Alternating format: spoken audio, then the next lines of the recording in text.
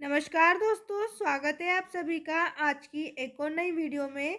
आज इस वीडियो के माध्यम से हम अर्धवार्षिक परीक्षा हिंदी कक्षा 4 का पेपर देखने वाले हैं।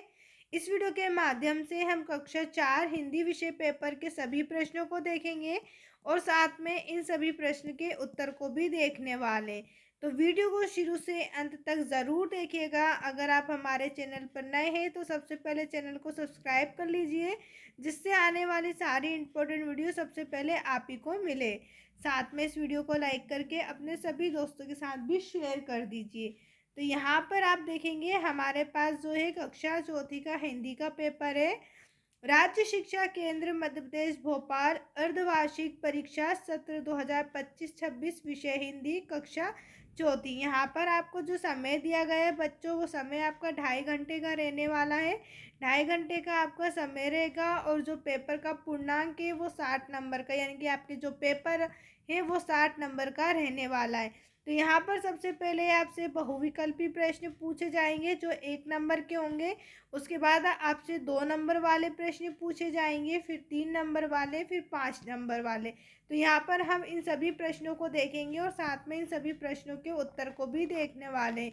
तो वीडियो को ध्यान से ज़रूर देखिएगा, साथ में शुरू से लेके अंत तक भी देखिएगा।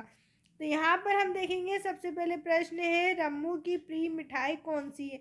आपको बताना है रम्मू की प्रिय मिठाई कौन सी है, बर्फी, लड्डू, हलवा या फिर ये सभी। तो यहाँ पर आपका उत्तर होगा बर्फी। रम्मू की सबसे प्रिय मिठाई है बर्फी। ऑप्शन ए जो यहाँ पर आपका सही उत्तर है। नंबर 2 पर है जीवन में सबसे अनमोल है। तो जीवन में सबसे अनमोल क्या है, समय, कपड़े या पैसा या फिर मकान। तो जीवन में सबसे अनमोल है समय। क्या है सबसे अनमोल, समय। यहाँ पर हम ऑप्शन ए पे टिक करेंगे, जीवन में सबसे अनमोल समय है। नंबर 3 पर है राखी का त्यौहार किस महीने में मनाया जाता है। तो राखी का जो त्यौहार होता है वो सावन के महीने में मनाया जाता है। ऑप्शन ए आपका सही उत्तर रहेगा।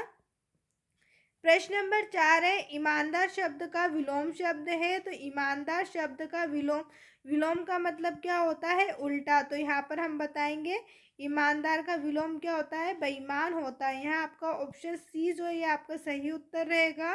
प्रश्न नंबर 5 है, घोड़ा को संस्कृत में क्या कहते हैं। तो घोड़े को हम संस्कृत में क्या कहते हैं, अश्वः।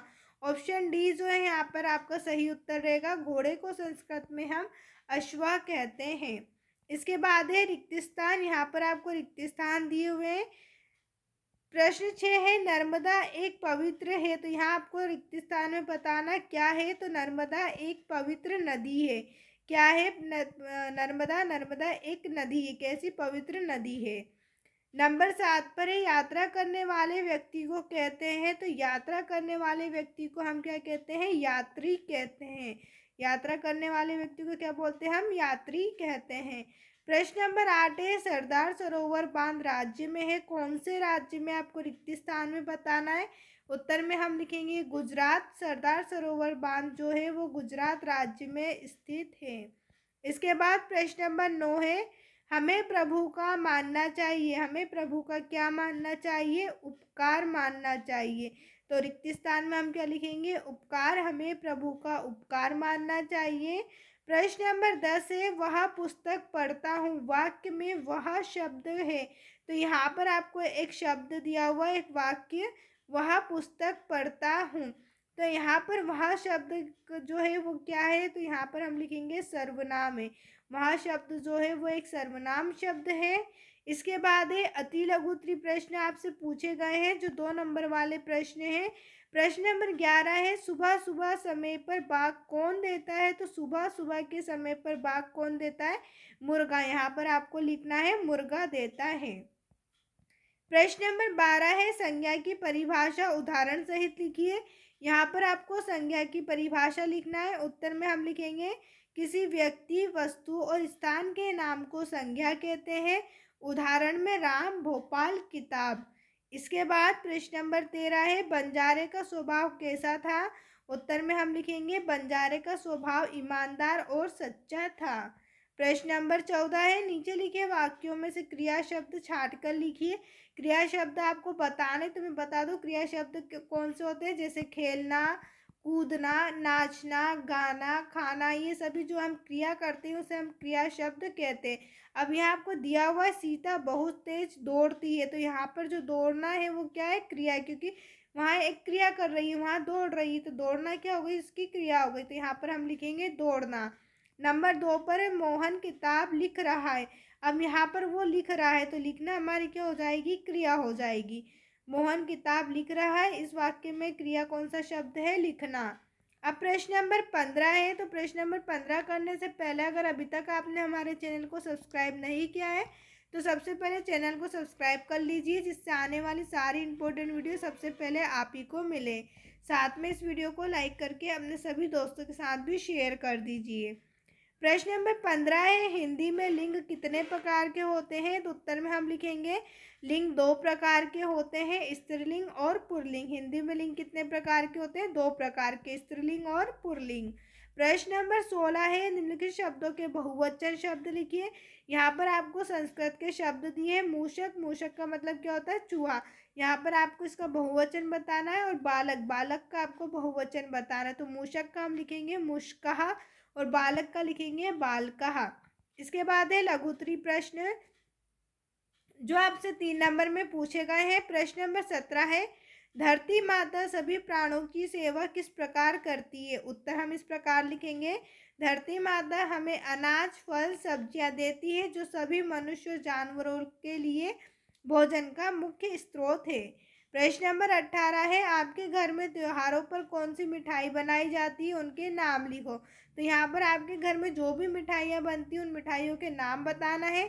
आप इस तरीके से लिख सकते हैं, गुलाब जामुन, लड्डू, खीर, हलवा, जलेबी, पेड़ा, या फिर इसके अलावा जो भी मिठाई आपके घर में बनती है आप वहाँ मिठाई लिख सकते हैं।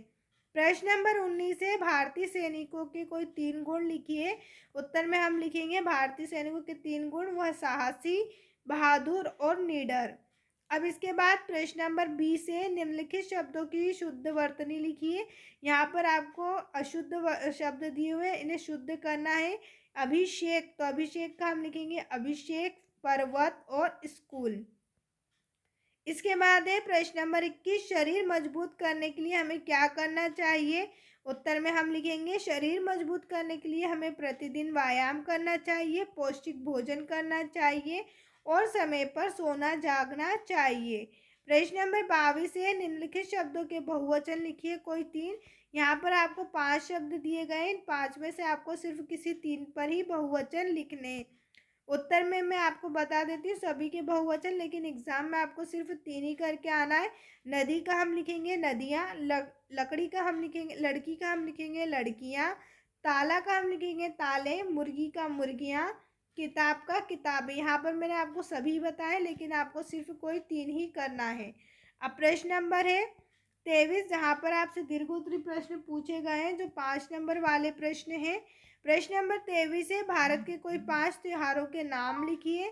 तो भारत के 5 त्योहारों के नाम हम लिखेंगे दशहरा, दीपावली, राखी, होली और ईद। प्रश्न नंबर 24 है, अपनी पाठ्य पुस्तक भाषा भारती की किसी भी कविता की 4 पंक्तियां लिखिए। आपको अपनी भाषा भारती हिंदी की जो किताब है उसकी कविता की 4 पंक्तियां लिखनी है, जो भी आपको याद है। अब इसके बाद प्रश्न नंबर 25 है, भिन्न शब्दों पर गोला लगाएं। भिन्न का मतलब होता है अलग शब्द पर आपको गोला लगाना है। जैसे आपको दिया हुआ है गाय, भैंस, बकरी, तितली। आप देखेंगे गाय भी चलती है, भैंस भी चलती है, बकरी भी चलती है, लेकिन तितली क्या होती है, उड़ती है। तो यहाँ पर जो तितली है वो अलग शब्द है, तो हम तितली पर गोला लगाएंगे। इसी प्रकार बस, कार, हवाई जहाज, मोटरसाइकिल। बस भी जमीन पर चलती है, कार भी, मोटरसाइकिल, लेकिन हवाई जहाज ऊपर उड़ता है, तो ये हमारा भिन्न शब्द हुआ। इसी प्रकार आलू, सेब, केला, पपीता। आप देखेंगे सेब, केला, पपीता फल है, लेकिन आलू सब्जी में आता है, तो हम आलू पर गोला लगाएंगे। इसके बाद है गर्म, ठंडा, सूर्य, गीला। तो आप देखेंगे तीनों एक जैसे, गर्म, ठंडा, गीला, लेकिन सूर्य सबसे अलग है, तो हम सूर्य पर गोला लगाएंगे। इसके बाद है बिल्ली, कुत्ता, मछली, शेर। बिल्ली, कुत्ता, शेर ये सब ज़मीन पर लेके रहते हैं, लेकिन मछली जो होती है वो पानी में रहती है। तो यहाँ पर मछली जो है आपका भिन्न शब्द है, अलग शब्द है, तो हम मछली पर गोला लगाएंगे। अब इसके बाद प्रश्न नंबर 26 है, किसी एक विषय पर आपको निबंध लिखना है। गाय पर, दीपावली या फिर स्वच्छता, जिस पर भी आता है उस पर आप लिख सकते हैं। या तो आप गाय पर लिख दीजिए या फिर दीपावली पर या फिर स्वच्छता पर। यहाँ पर मैंने दीपावली पर लिख रखा है। अगर आपको गाय के ऊपर निबंध आता है तो आप गाय पर भी लिख सकते हैं। आप चाहे तो इस निबंध का स्क्रीनशॉट ले लें या फिर अपनी कॉपी में भी लिख सकते हैं। उम्मीद है हमें आपको ये वीडियो पसंद आई होगी। अगर अभी तक आपने हमारे चैनल को सब्सक्राइब नहीं किया है तो चैनल को सब्सक्राइब कर लीजिए। साथ में इस वीडियो को लाइक करके अपने सभी दोस्तों के साथ शेयर कर दीजिए। वीडियो देखने के लिए आप सभी का धन्यवाद।